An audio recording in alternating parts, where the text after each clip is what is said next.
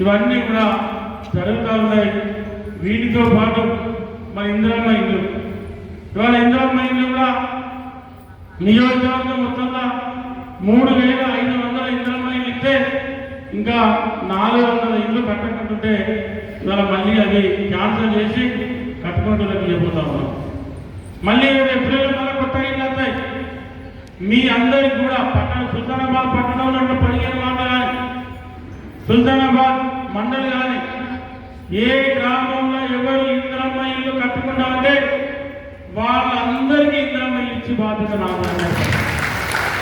ఇవాళ పేరు పెట్టి కట్టుకుంటే ₹1,00,000 ప్రతి పేదవాళ్ళకి, ఒంటరి మహిళ కానీ, భర్తని కోల్పోయిన ఒంటరి మహిళ కానీ, వృద్ధులు కానీ, వికలాంగులు కానీ అందరికి కూడా రేషన్ కార్డు ఎట్లయితే ప్రభుత్వం అందరికి ఇచ్చిందో పింఛన్ కూడా అందరికీ ఇవ్వబోతా ఉంది. అందుకే మనం చూసాం జరిగింది. ఇంకా బాధ్యత పెంచింది అంతా. ఇవాళ ఇంత కూడా ఎదిగిన కొద్దీ ఒదిగి ఉండే అలవాటు మాకు. మాకేం మీరు ఓటు వేసి బాగా గెలిపించారని చెప్పి ఇక్కడ వేదికమైనటువంటి కౌన్సిలర్ కానీ, సర్పంచులు కానీ ఎవరు కూడా పొంగిపోవాల్సిన అవసరం లేదు. ఖచ్చితంగా ఇంకా మనం ప్రజలకు అందుబాటులో ఉండి ప్రజల మన్ననలు ఉండే విధంగా పనిచేసే బాధ్యత మనందరి పైన ఉంది. ఎక్కడ అవినీతి కావలేకుండా, ఏ పేదవాళ్ళ దగ్గర కూడా రూపాయి తీసుకోకుండా పనిచేసినప్పుడే నాకు, మీకు, ఈ రాష్ట్ర ముఖ్యమంత్రి గారికి, మన మంత్రి, జిల్లా మంత్రి శ్రీధర్ బాబు గారికి మనందరికీ విలువ ఉంటుంది తప్ప ఇవాళ ఏదో మనకు అవకాశం ఇచ్చిండు మనం ఇక ఓటు చేసినట్టే తప్పు. మన మీద నమ్మకం ఉంచుకొని గత ప్రభుత్వం సుల్తానాబాద్ సర్వనాశనం చేసింది. టౌన్ అన్యాయానికి గురైంది, అభివృద్ధి లేదు, ఉన్న ఆఫీసులను తరలించిన పేరు ఇన్ని అన్యాయాలు జరిగినాయి. సరే ఎమ్మెల్యే గారు అసలు 2 ఏళ్ళు అవుతా ఉంది, అభివృద్ధి కార్యక్రమాలు ఇప్పుడిప్పుడే పట్టాలు ఎక్కుతా ఉన్నాయి. ఎమ్మెల్యే గారు అడుగుతూ ఉన్నారు, అప్పీల్ చేస్తూ ఉన్నారు, మనం చేద్దాం అనేటువంటి ఆలోచన ప్రజలు ఇవాళ పెద్ద ఎత్తున ఓటు చేసుకుంటూ గెలిపించారు. చైర్మన్గా, వైస్ చైర్మన్గా, వేదిక మీద కౌన్సిలర్కి అందరికీ బాధ్యత ఉన్నారు. ప్రతి ఒక్కరు బాధ్యత నెరిగి బాధ్యతను గుర్తుపెట్టుకొని పనిచేయాల్సిన బాధ్యత నాతో పాటు మీ అందరి పైన ఉంది. ఎందుకంటే మనం అనేక హామీలు ఇచ్చాం. ప్రతి వార్డు 15 వార్డుల ఎక్కడెక్కడ రాబోయే 6 నెలల తర్వాత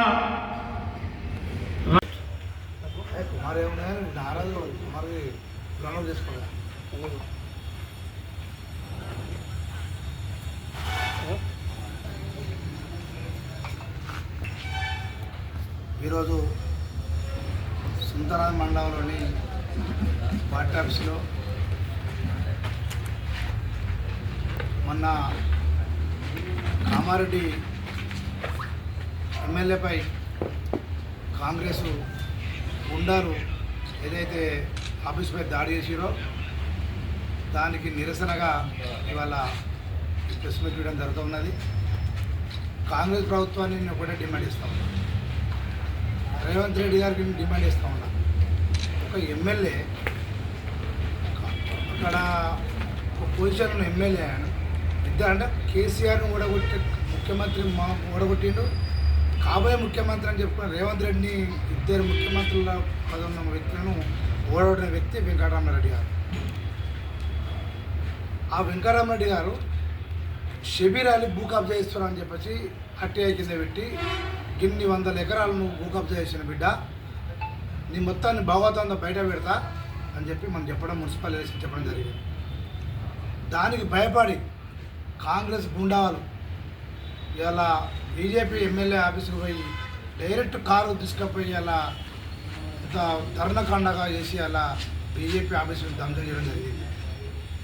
నేను చెప్తా ఉన్నా, ఈ కాంగ్రెస్ నాయకులు చెప్తా ఉన్నా, ఈ రేవంత్ రెడ్డి గారు చెప్తా ఉన్నా, నువ్వు చేసే పని నువ్వు 4 హామీలు ఇచ్చి దొంగలను ఎన్కేసుకొస్తున్నావు అని అడుగుతా ఉన్నా. వెంకటరామరెడ్డి గారు నీతి గల వ్యక్తి, నిజాయితీ వీల వ్యక్తి, ప్రజలు గెలిపించేది వాళ్ళని సిగ్గునా అని అడుగుతా ఉన్నాయి. వాళ్ళ ముఖ్యమంత్రిని అడుగుతా ఉన్నా. వెంకటరామరెడ్డిపై దాడికి నిరసనగా రాష్ట్ర అధ్యక్షులు వస్తే, బండి సంజయ్ గారు వత్తన వస్తే వాళ్ళ ఎంపీలను ఎమ్మెల్యేలను అడ్డుకునే చరిత్ర ఇలా కాంగ్రెస్ ప్రభుత్వాన్ని భయపడి అడ్డుకుంటూ ఉన్నారు. మీకు శక్తి ఉంటే పోలీసు వల్ల చెప్తా ఉన్నా, ఇవాళ రాష్ట్ర అధ్యక్షుని కానీ ఎమ్మెల్యేను ఎంపీలు కానీ అడ్డుకుంటున్నవే, ఎన్ని రోజులు అడ్డుకుంటావని అడుగుతా ఉన్నా. షబీర్ అలీ ఒక ముసుగుల రాజకీయం చేస్తున్నావు. మొన్న మున్సిపల్ ఎలక్షన్లో మగవాళ్ళకు ముసుగులేసి వాళ్ళ మున్సిపల్ ఎలక్షన్లో ఓటు వేయించిన చరిత్ర ఎలా కాంగ్రెస్ పార్టీ అని చెప్తా ఉన్నా.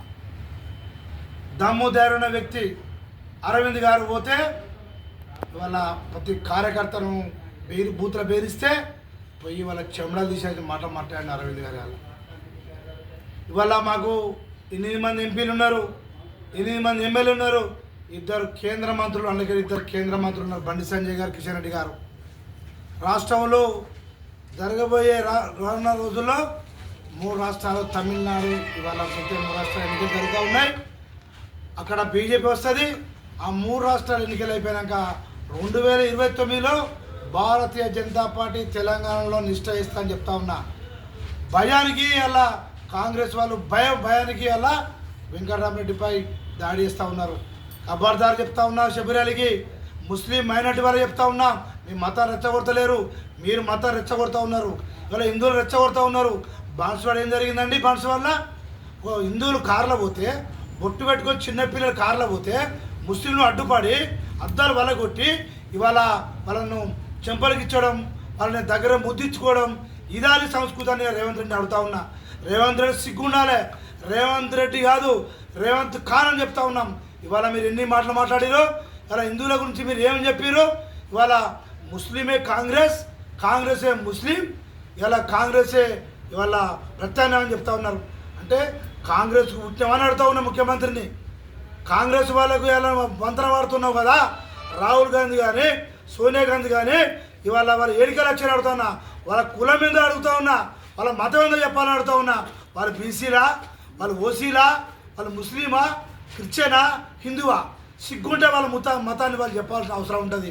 ఇవాళ కేంద్ర ప్రభుత్వం చెప్తా ఉన్నాం, అమిత్ షా గారు దీని ప్రత్యేక దృష్టి పెట్టిండు, మోడీ గారు దృష్టి పెట్టిండు. రానున్న రోజుల్లో 29లో భారతీయ జనతా పార్టీ తెలంగాణలో భారతీయ జనతా పార్టీ ఖాసాన్ జెండా ఎగరవేస్తామని చెప్తా ఉన్నాం. ఇవాళ తెలుసుకోవాల్సిన అవసరం ఉంటుంది. కరీంనగర్లో తెలంగాణలో ఎక్కడ రాంది కరీంనగర్ మేజర్ పీఠం దక్కించుకున్నామంటే బండి సంజయ్ కృషి వల్ల, ఇలా కేంద్ర ప్రభుత్వం కృషి వల్ల, బండి సంజయ్ వల్ల. ఎంఐఎం వాళ్ళు 17 సీట్ల బీజేపీ ఎంఐఎం సీట్లు ఉంటే ఇవాళ 3 సీట్లకే పరిమితమైన బిడ్డ మీరు గుర్తుంచుకోవాల్సిన అవసరం ఉంటుంది. రాబోయే రోజుల్లో భారతీయ జనతా పార్టీ జెడ్పీటీసీలు కానీ ఎంపీటీసీలు కానీ పెడితే ప్రతి కాన్స్టిట్యున్సీలో ప్రతి ఎంపీటీసీని 10 జెడ్పీటీసీని పెట్టి మీ విజయానికి కూర్చేస్తామని చెప్తా ఉన్నాం. ఇవాళ సుల్తానాబాద్ పరిధిలోని మున్సిపాలిటీలో ఇలా కొంత కావాలని మేము అన్ని 15 సీట్లను మేము పోటీ చేసినాం. ఇలా బోని కొట్టిన బిడ్డ, ఈ బోని రేపు మళ్ళీ మున్సిపాలిటీ కానీ ఇలా పెద్దపల్లి కానీ ఎమ్మెల్యే నాంది వెళ్తా అని చెప్పి తెలియస్తున్నాం. ఈ గుండాయిజాలు నడిపై పెద్దపల్లి చెప్తా ఉన్నా, ఎమ్మెల్యే గారు చెప్తా ఉన్నా, పెద్దపల్లి ఎమ్మెల్యే గారు ఒళ్ళు దగ్గర పెట్టుకోని చెప్తా ఉన్నా. నువ్వు ఇలా పెద్దపల్లిలో 35 వార్డులో కాంగ్రెస్ కార్యకర్త దేవానంద్ గెలిస్తే బీజేపీ కార్యకర్త ఇవాళ 54 ఓడితో ఓడిపోయిన శివంగర్ సతీష్ను గుండాయిజం చేసుకుంటూ ఇవాళ సంపదన వ్యక్తిని ఉరికించుకుంటే కొడతారు కాంగ్రెస్ వాళ్ళు. పోలీసులు చెప్తా ఉన్నా, పెద్దపల్లి పోలీసు వాళ్ళు చెప్తా ఉన్నా, సిపి గారు చెప్తా ఉన్నా, ఇలా ఏసీపీ గారు చెప్తా ఉన్నా, పోలీసులు దయచేసి అలా మీరు కాంగ్రెస్ వాళ్ళ కంటే మీరు ఎక్కువ ఇవాళ కాంగ్రెస్కు మన టీఆర్ఎస్ గారి కంటే ఇవాళ ఎక్కువ తొత్తుగా మీరు కాంగ్రెస్ వివరిస్తూ ఉన్నారు.